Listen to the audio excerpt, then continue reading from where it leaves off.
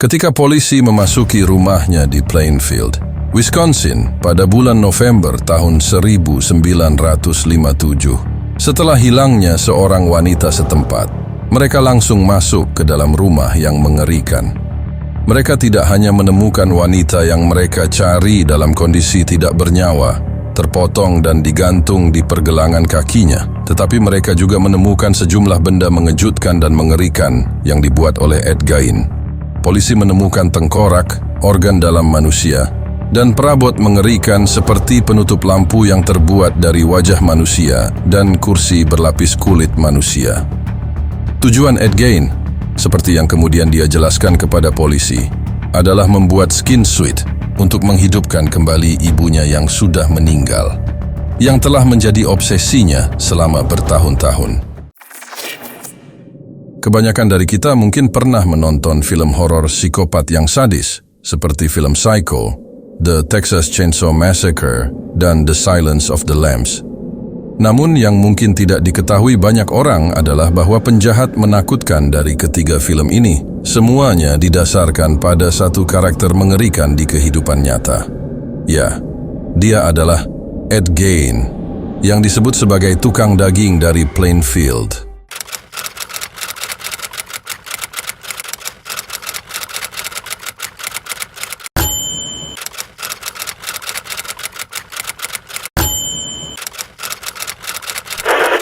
Filth and squalor of the suspect's house, lawmen have found a grisly collection of preserved body parts and human skulls and skeletons.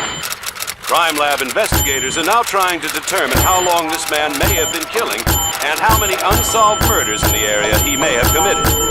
More news on the House of... Kehidupan awal Ed Gein dan kasus pertamanya. Lahir seorang anak bernama Edward Theodore Gein pada 27 Agustus 1906 di La Crosse, Wisconsin. Ed tumbuh dewasa di bawah pengaruh ibunya yang sangat religius dan mendominasi, Augusta. Dia membesarkan Ed dan saudara laki-lakinya Henry untuk percaya bahwa dunia ini penuh dengan kejahatan, bahwa wanita adalah sumber dari dosa, dan bahwa minuman keras adalah alat iblis. Karena rasa khawatir untuk melindungi keluarganya dari kejahatan yang dia yakini selalu mengintai di setiap sudut, Augusta atau si ibu bersikeras agar mereka harus pindah dari daerah La Crosse ke Plainfield. Bahkan di sana, Augusta menyuruh keluarganya menetap di luar kota karena dia yakin tinggal di kota akan merusak kedua putranya yang masih kecil. Akibatnya, Ed Gein hanya meninggalkan rumah pertanian keluarganya yang terpencil untuk bersekolah. Namun dia gagal membangun hubungan yang berarti dengan teman-teman sekelasnya, yang mengingat dia sebagai orang yang canggung secara sosial dan cenderung tertawa aneh dan tidak dapat dijelaskan. Terlepas dari semua ini, Ed begitu sangat menyayangi ibunya Augusta. Ayahnya adalah seorang pecandu alkohol yang meninggal pada tahun 1940, memberikan pengaruh yang jauh lebih sedikit dalam hidupnya. Dia hanya menyerap pelajaran-pelajaran hidup dari ibunya tentang dunia dan sepertinya mendapat pemahaman tentang kehidupan dunia yang keras. Meskipun Henry, saudara laki-laki Ed, terkadang menentang ibunya, tapi Ed tidak pernah melakukannya. Jadi, mungkin tidak mengherankan jika korban pertama dari Ed Gein kemungkinan besar adalah kakak laki-lakinya, Henry. Pada tahun 1944, Ed dan Henry berencana menebangi sebagian tanaman liar di ladang mereka dengan cara membakarnya. Tapi sesuatu yang entah kebetulan atau tidak terjadi di malam itu. Di saat mereka sedang bekerja, api yang mereka buat tiba-tiba menjadi tidak terkendali sehingga menyebabkan kebakaran di ladang. Dan singkat cerita, ketika petugas pemadam kebakaran tiba untuk memadamkan api, Ed memberitahu mereka bahwa Henry, kakak laki-lakinya, telah menghilang. Jasadnya ditemukan segera setelah itu dalam posisi tertelungkup di sekitar rawa, meninggal karena sesak napas. Pada saat itu, kejadian tersebut tampak seperti sebuah kecelakaan tragis. Namun disengaja atau tidak, kematian Henry membuat Ed Gein dan Augusta ibunya memiliki rumah pertanian hanya untuk mereka. Mereka berdua tinggal di sana seperti dalam isolasi selama sekitar 1 tahun, sampai di hari kepergian Augusta ibu, dari Ed pada tahun 1945. Dan kemudian, Ed Gein mulai mengalami keterpurukan selama 10 tahun ke depan.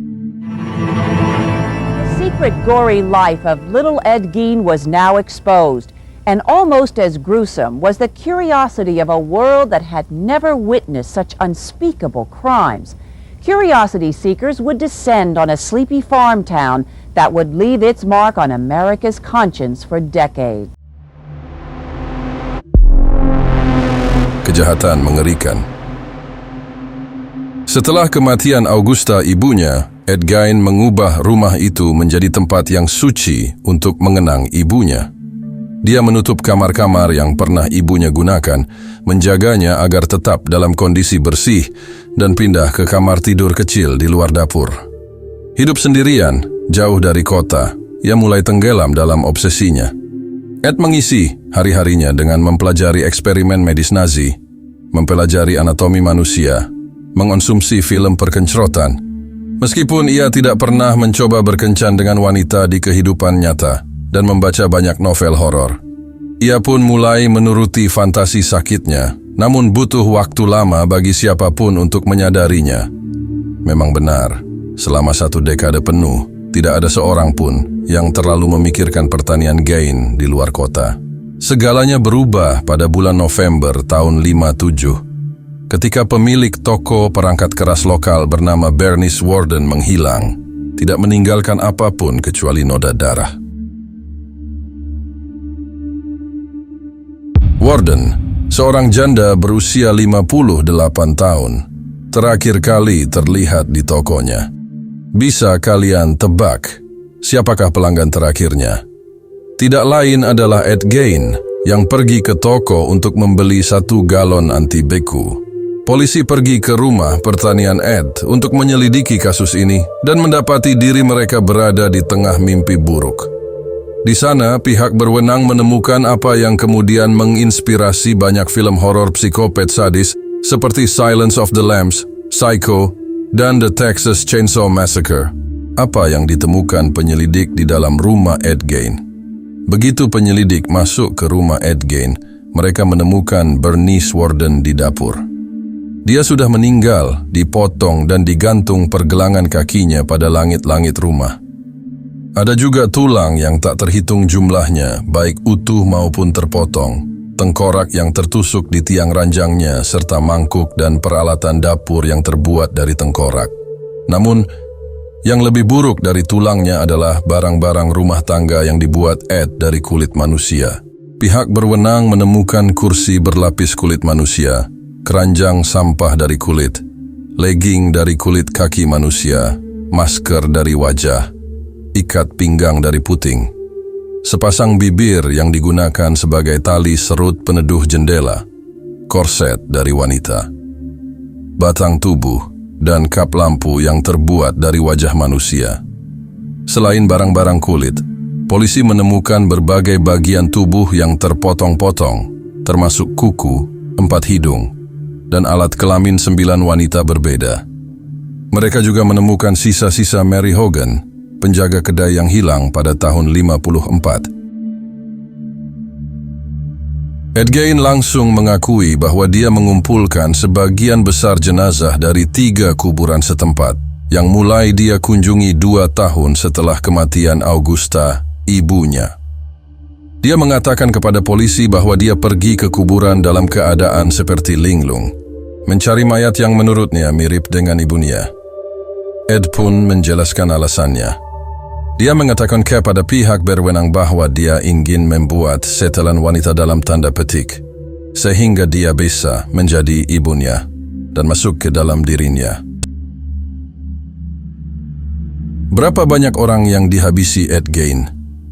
Setelah kunjungan polisi ke rumah Ed Gein, tukang jagal dari Plainfield itu ditangkap.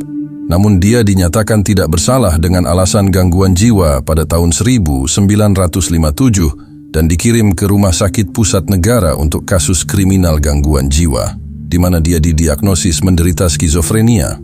Kemudian, rumah pertaniannya terbakar habis secara misterius.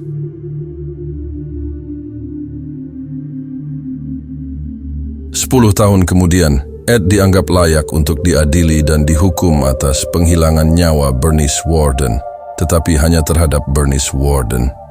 Dia tidak pernah diadili atas pembunuhan Mary Hogan karena negara menganggapnya membuang-buang uang. Ed adalah seorang yang tidak waras, pikir mereka. Bagaimanapun juga, dia akan menghabiskan sisa hidupnya di rumah sakit. Namun hal ini menimbulkan pertanyaan yang mengerikan. Sebenarnya ada berapa banyak orang yang dihabisi Ed Gein? Hingga kematiannya pada tahun 1984 di usia 77 tahun, dia hanya mengaku menghabisi Worden dan Hogan. Tapi polisi menemukan sebanyak 40 jasad di rumahnya.